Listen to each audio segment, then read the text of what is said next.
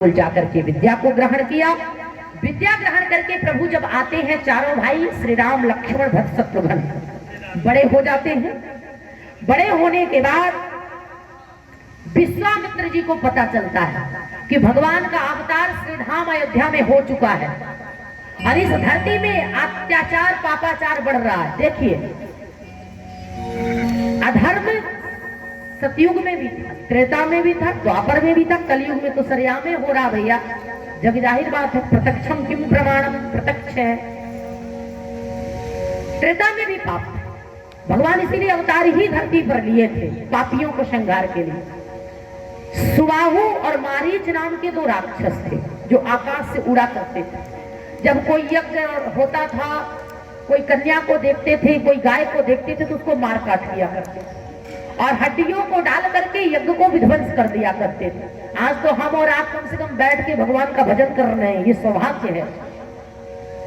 अंतर केवल इतना है कि पहले के सुबाहु मारीच उड़ के आते थे, आज के सुबाहु मारीच बगल में बैठे रहते और पता नहीं चलता है। बोलो भक्तवत्सल भगवान की जय। प्यारे, जैसे भगवान के अवतार की पता विश्वामित्र जी को पता चला, विश्वामित्र की धरती आपके बिहार बक्सर है, जहां से गंगा सुल्तानपुर पड़ता है। आप लोग सब जानते हैं, कांवर चढ़ाती आप ही का क्षेत्र है। झारखंड पहले बिहार में ही था, आज बट के अलग राज्य हो गया। प्यारे, भगवान के जन्म को सुनकर के विश्वामित्र जी गए और विश्वामित्र जी जैसे भगवान के पास पहुंचे, बड़े ज्ञानी संत हैं जिन्होंने क्षत्रिय कुल से हैं, उन्होंने 60,000 वर्ष तपस्या किया। विश्वामित्र महामुनि ज्ञानी बसहि विपिन शुभ आश्रम जानी। संत हैं, तपस्या करते, बड़े परेशान हैं राक्षसों से।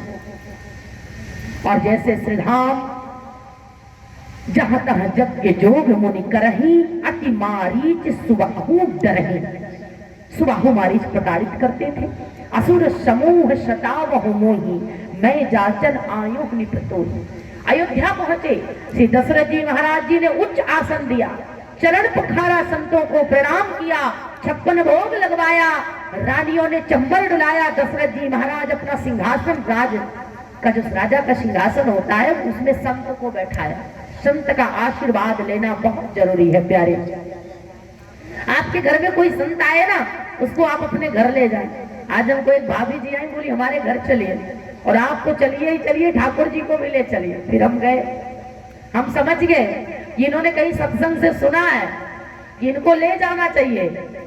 अब हम भाई इतना तपस्या पूजा पाठ करते हैं, हम इसीलिए किसी से चरण नहीं छुआते। हमारे संत कहते हैं चरण छुआने से पुण्य जाता है, मगर चरण छूना चाहिए, प्रणाम करना चाहिए, उनको आशीर्वाद मिलता है।